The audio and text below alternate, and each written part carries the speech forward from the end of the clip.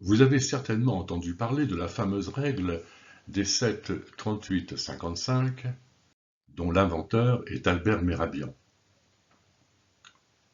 Cette règle prétend que dans l'efficacité d'un message, les mots compteraient pour 7%, le paraverbal, disons la voix pour simplifier le ton, le volume, le rythme, 38%, et la gestuelle, les mimiques, pour 55%. Lors d'une intervention, un formateur projette un slide aux participants reprenant ces chiffres.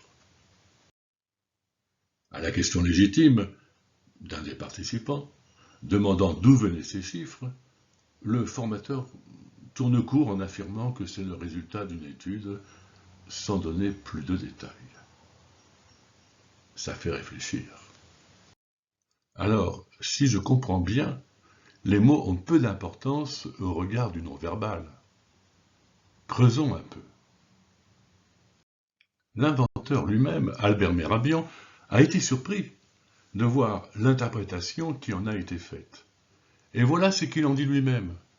À moins qu'une personne ne parle de ses sentiments ou de ses états d'esprit, cette équation n'est pas applicable. En fait d'études, il s'agit plutôt d'une expérience menée par Albert Mehrabian auprès de groupes compris entre 3 et 10 personnes, uniquement des femmes. On peut comprendre la gêne d'Albert Mehrabian sur les généralités qui en ont été déduites. Voilà qui clarifie. En termes de communication verbale et non verbale, on peut se référer aux recherches de l'école de Palo Alto.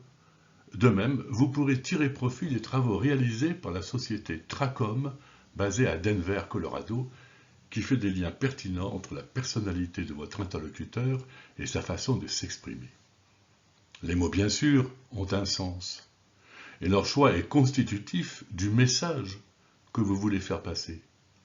La façon dont vous vous exprimez, au travers de votre voix, et mobiliser votre corps, donne du poids aux mots et est ressenti par vos interlocuteurs. La puissance de votre message sera d'autant plus forte s'il y a congruence entre ce que vous dites et la façon dont vous vous exprimez, et si vous vous adaptez à vos interlocuteurs. J'espère que cette mise au point vous aura été utile.